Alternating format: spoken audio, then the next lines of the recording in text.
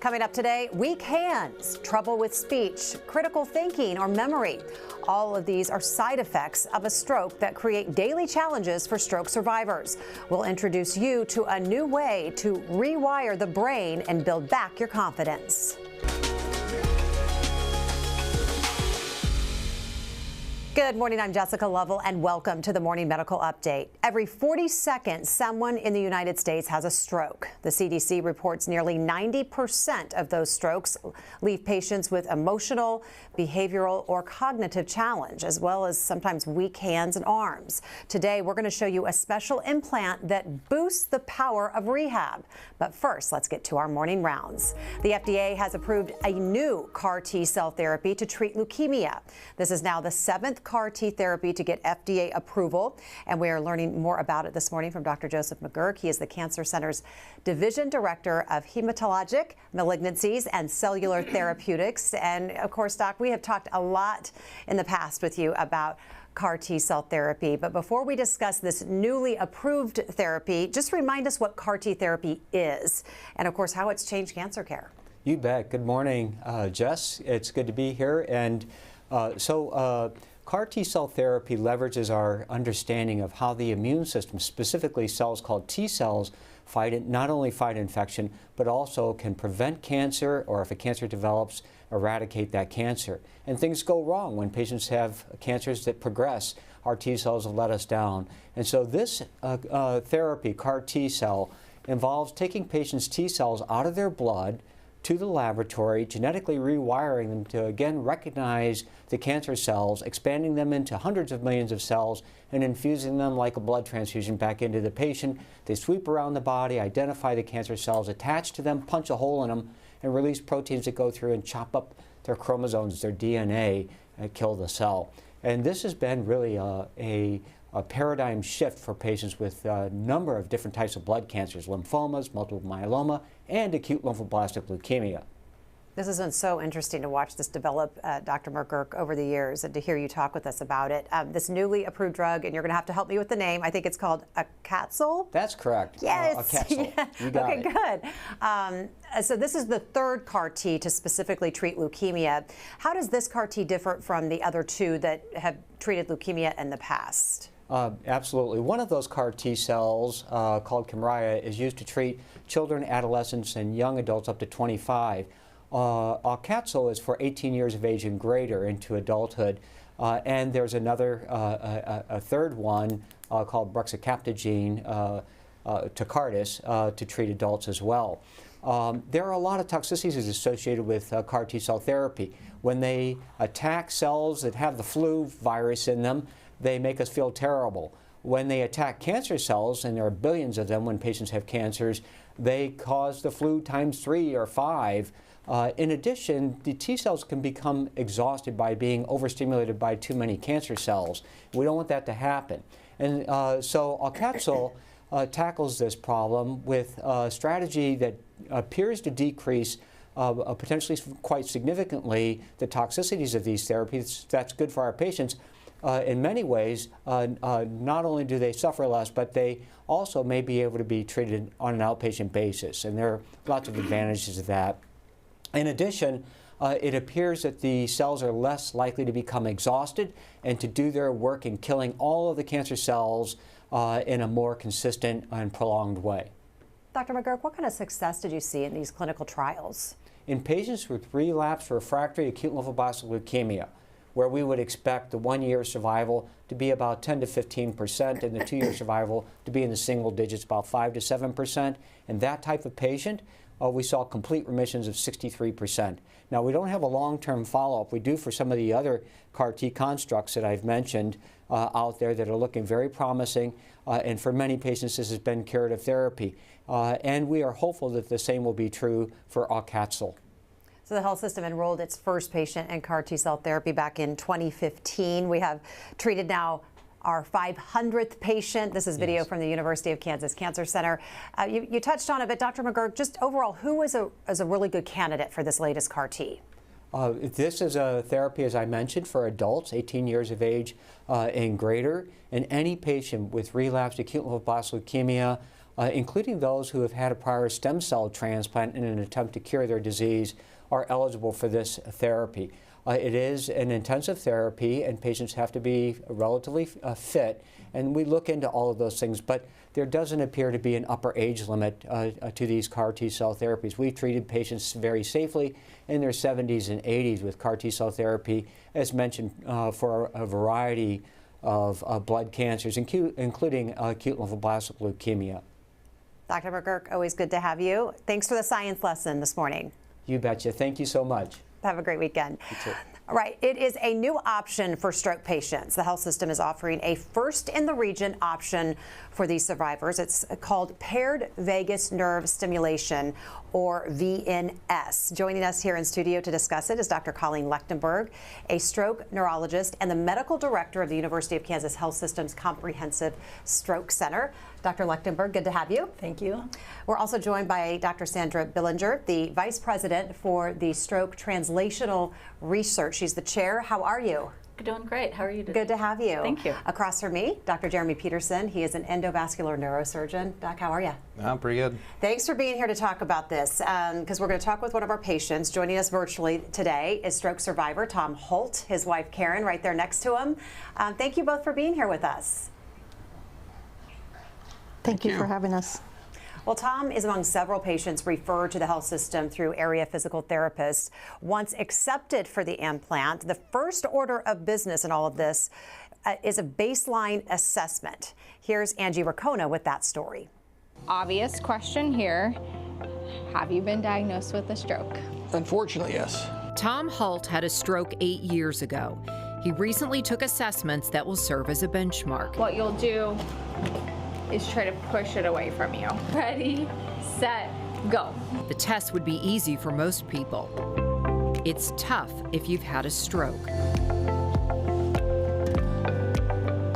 That's all I got.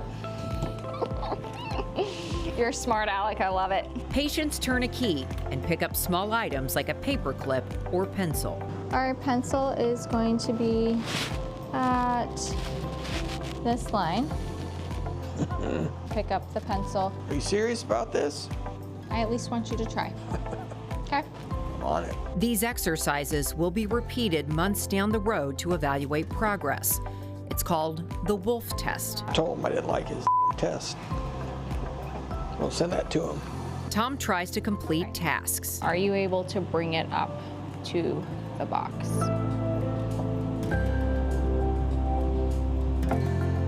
Good job. Ooh. Keep it up there. Try again. Good, and then slowly come back down. Good job. Most exercises are timed. The physical therapist takes careful notes.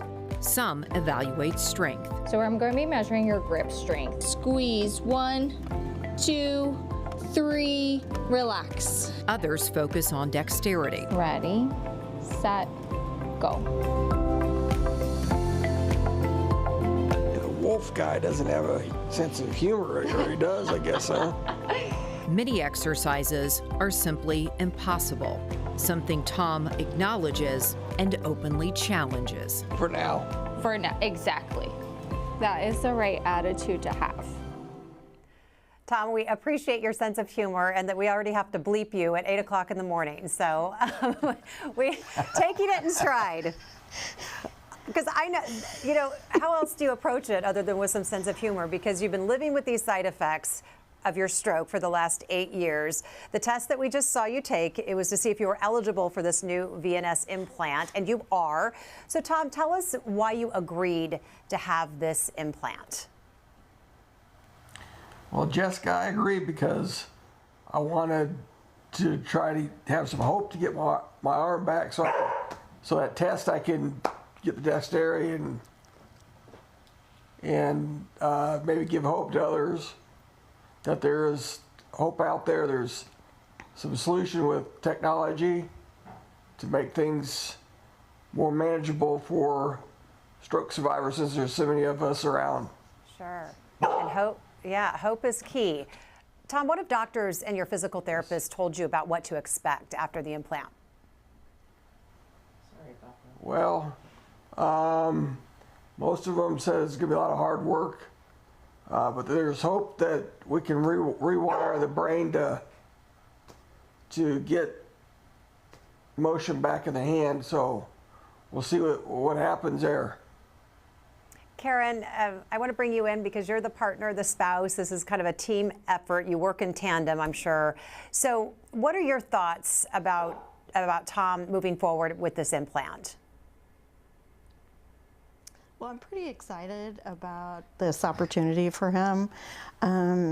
I've watched him, kind of struggle and work in rehab over the last 8 years, and I think this could be a really good thing for him and us.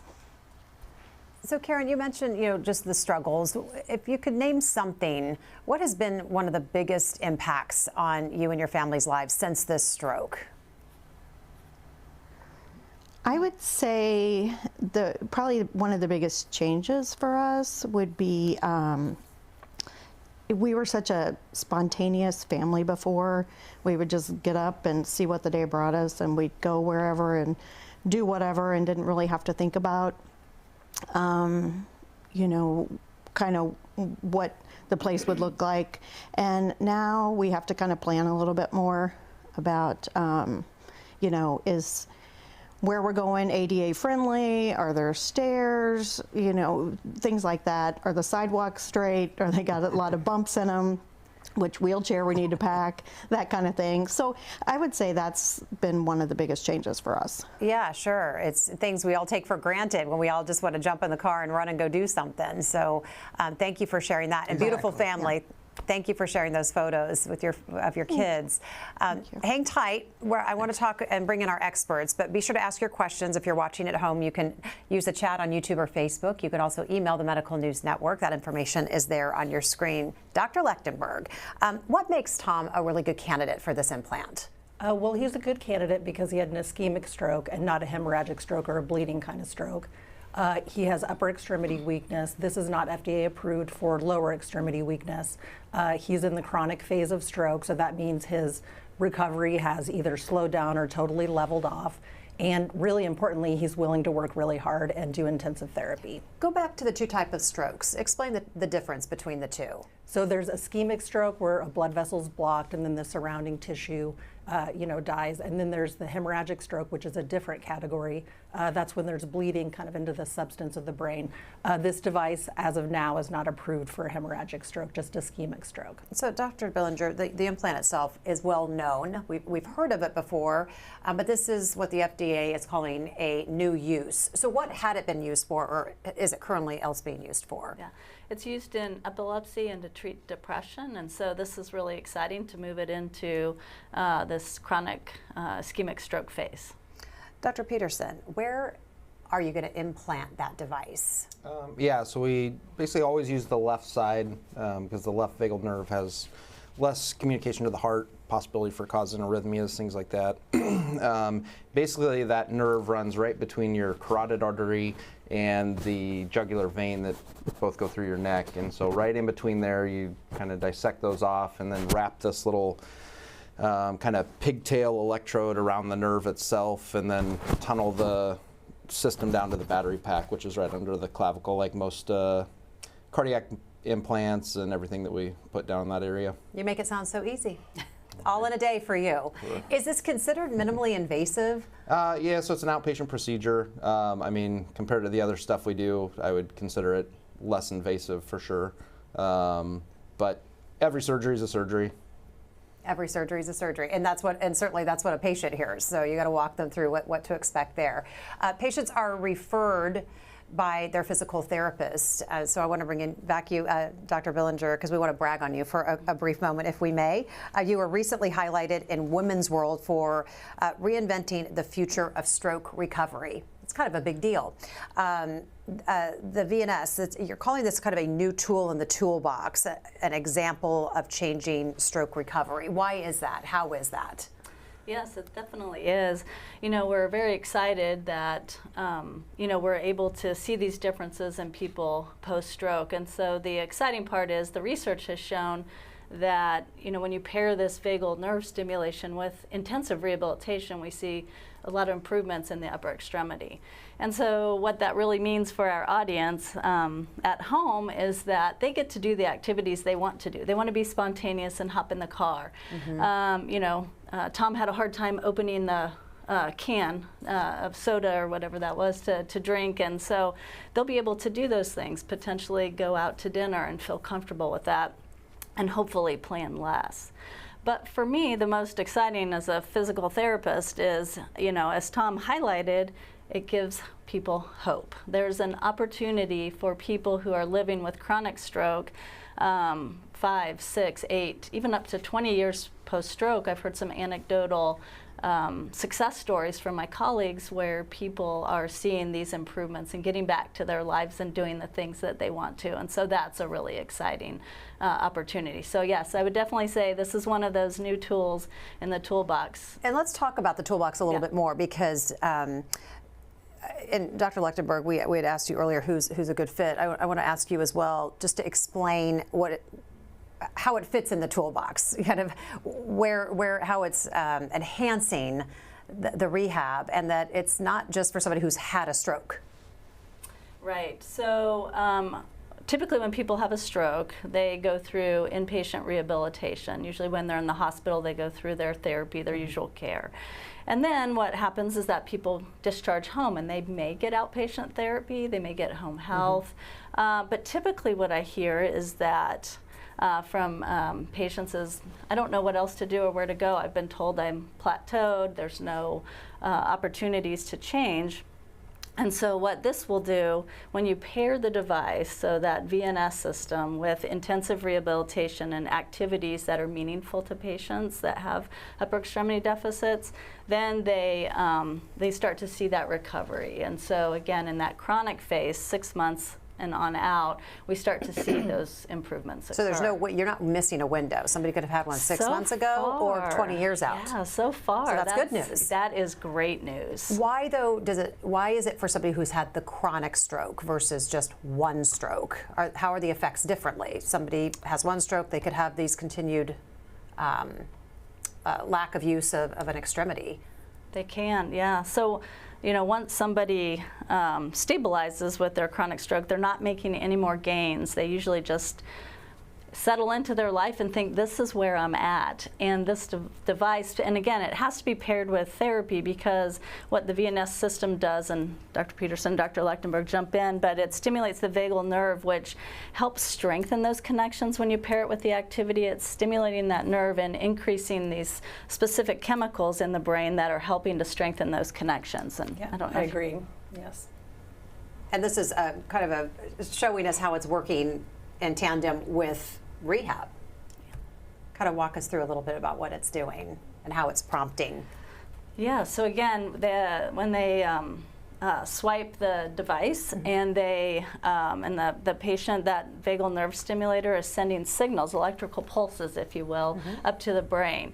And so the really unique part of their pivotal study was that you can swipe that device and you might see a little bit of improvement, but what's really important is that you're pairing it with the activities meaningful to you. So again, if you can't move your shoulder, you may practice those shoulder movements. If you don't have hand movement, you're going to practice those movements, such as picking up a paper clip, picking up pennies, using a pen to write. And when you say swipe, what do you mean by that? They're clicking something to give it to stimulate? Yes, they have a little device, and it's about the size of, I think, as I said, as a pacemaker, and you're you know, swiping it or clicking it on and off, and when they do that, those electrical pulses go up. So we want to pair an activity with those stimulations. So how soon after it's implanted and they start getting back into therapy with the implant, does a patient start to see any difference? You know, that's a really important piece to this, is that some people, I've heard, because we haven't started yet, but I've heard from my colleagues around the country, some people make really rapid gains right away. And then some people actually have the slow and steady, if you will. They start to make gains, but the timing of that is a lot slower. And we don't really know exactly why some people are getting, you know, better faster than others and the recovery happens. And so I think that's where we want to, do research in the future to really understand that piece. Dr. Lechtenberg, back to the type of stroke. Does it matter which side of the brain it happens on?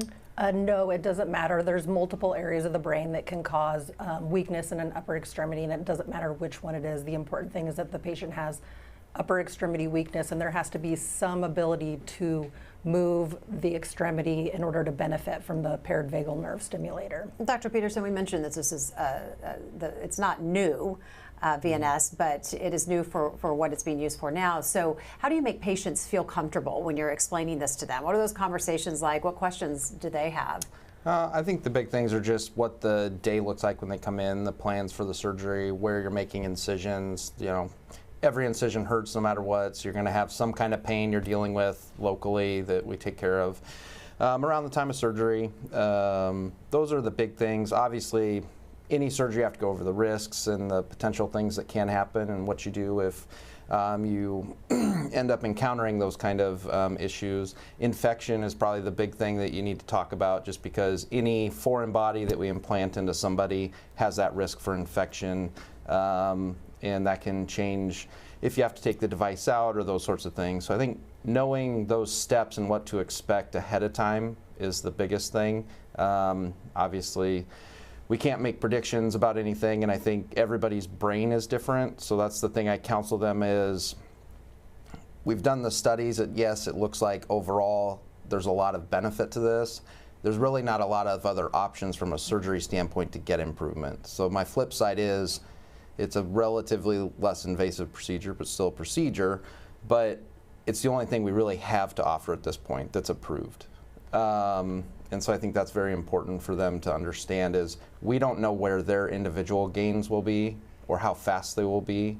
And it's something that we're going to try, but there's really not another option out there. Right. Well, so and on that note, only option, and because we're the only hospital in the region to offer this currently, what's the demand like? It's quite demanding. There's well, I think all three of us that are going to be doing the surgery part, our clinics are filling up with these quickly, and there's OR time and scheduling and getting an OR, and so there's a lot of scheduling up front, the making sure, depending on their insurance, everything, it's approved and all this stuff, so they're not stuck with a bill. Like, there's a lot of behind the scenes work.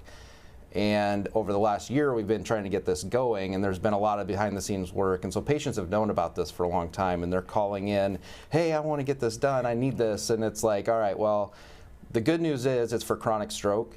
So if we do it this month or we do it in 3 months, it's not going to make a big difference, especially based on the study. Again, that window doesn't close necessarily. Yeah. So, Dr. Lechtenberg, we don't want that to deter people, because there's so much stuff that they got to do behind the scenes. What should someone do if they're watching this and they think this might be something they'd like to talk with their physician about? Who do they go to? How do they get referred? I think they can start with their primary care physician or their physical therapist to determine if they're eligible. And then from there are approved providers, therapists in the community that can screen the patient and see if they're eligible. And then from there, they get referred to neurosurgery clinic for a consultation.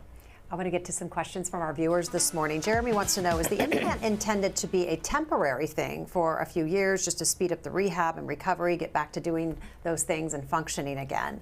So I think that's the part that we don't know, right? We have one clinical trial, but there's not like chronic data, right? 20 years out, are we using this all the time? So I counsel patients that we don't know if we'll have to change out that battery like we do on some stimulators, because I don't think we know if people continually use this throughout the rest of their life, if they continue to see some kind of improvements or benefit, or if it's that initial gains and then you kind of plateau again and then there's no point to keep stimulating.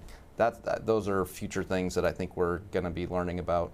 Stuart wants to know if there's any time where that plateau typically happens. Yeah, I think it's important to echo what Dr. Peterson said, and we just don't have the long-term studies, and so we're really fortunate to be following some of these people long term. We have a separate side study where we're going to follow people and do these assessments out to 5 years. So that way we can start to look at that.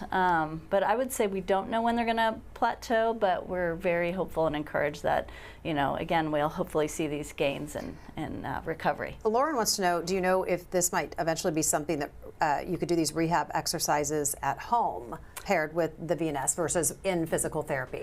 Yes, so it's important that we are continuing those activities at home. So the therapist is going to give you exercises to continue at home, so you shouldn't just be doing it in therapy, but when you're doing activities at home, and things that, again, your activities that are meaningful to you in your home environment, you want to do that. So I saw the physical therapist, though, doing clicking and swiping. Is that something you can do at home, or does... The therapist, at this point, she was just timing him on the different tests, because we want to see how fast they can do. Got it. And if they get better. But yes, the person at home will be able to do the click or... The click away, yes. Okay. Angie has a question. Karen and Tom, thanks for hanging with us. She says she can imagine that physical therapy can be frustrating. Do you ever feel that way? And if so, how do you both cope?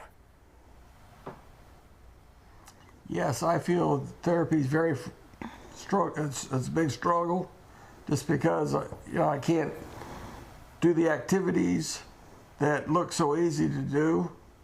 So I just have to stay positive, got faith, and I got a good support system that actually helps me keep going. And family and friends, they give me strength to keep on the fight the good fight. Karen, same question to you as the supporter.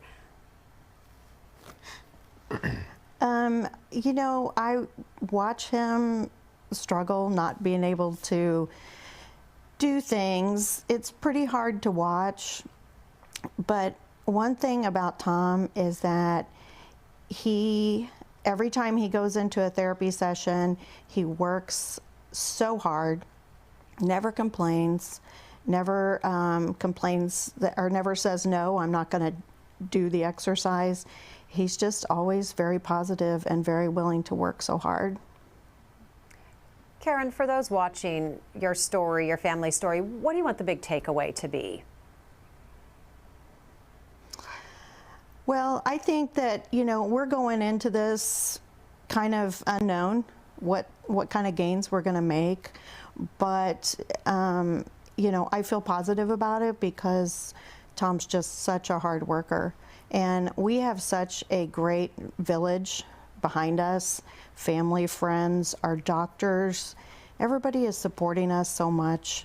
And I just am very excited about this. Tom, what do you want people to take away from your personal story?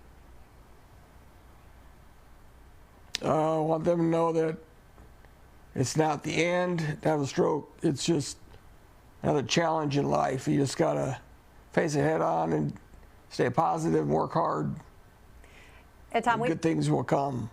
Yes, they will. And we plan to keep following your story. So thank you for sharing it this morning. But we're going to see you soon in the operating room. Do you have an implant date set yet? Yes, December 16. All right. We will be there. We'll be there in the beginning and in the middle and at the end because we want to see how you're doing. And Karen, thank you so much for your time this morning. Okay.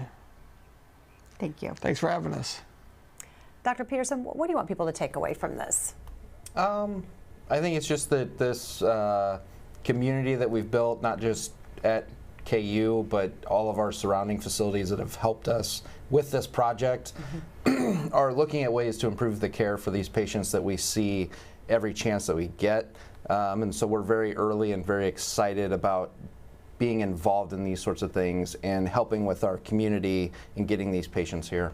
You're going to be busy. It will be busy. It'll be busy. Dr. Lechtenberg, what's the big takeaway? I'd like to echo what Tom said about renewed hope.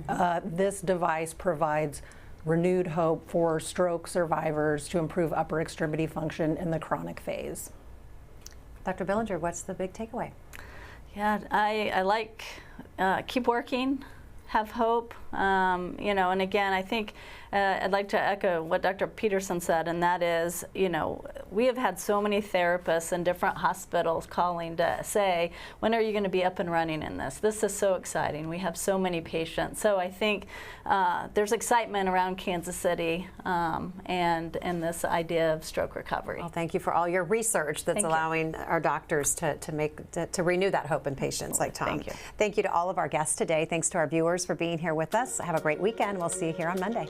Coming up Monday on the Morning Medical Update, Chris Carlton wanted an expert to treat his prostate cancer, and he was willing to travel to find the best care. I'm Jessica Lovell on the next Morning Medical Update. The search that took Chris from rural Washington State to Kansas City, plus the difference he saw in a doctor who deals exclusively with prostate cancer. Monday at 8. Subscribe to our Morning Medical Update and Open Mics with Dr. Stites podcasts. Now everywhere podcasts are available.